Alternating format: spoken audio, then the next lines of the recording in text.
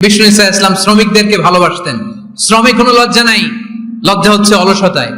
আজ থেকে এই মাহফিল, এই এত বড় আয়োজন, এত বড় গ্যাদারিং তখনই সার্থক হবে যখন আমরা এই সিদ্ধান্তে আসতে পারবো যে আমরা অলস সময় কাটাবো না, আমরা আমাদের এই সময়গুলোকে প্রোডাক্টিভ ওয়েতে কাজে লাগাবো, কোনো না কোনো কাজের সাথে জড়িত হব। Never under estimate any job, whether it's big or small, বড় হোক বা ছোট হোক, কোনো কাজকে আমরা ছোট করে দেখবো না।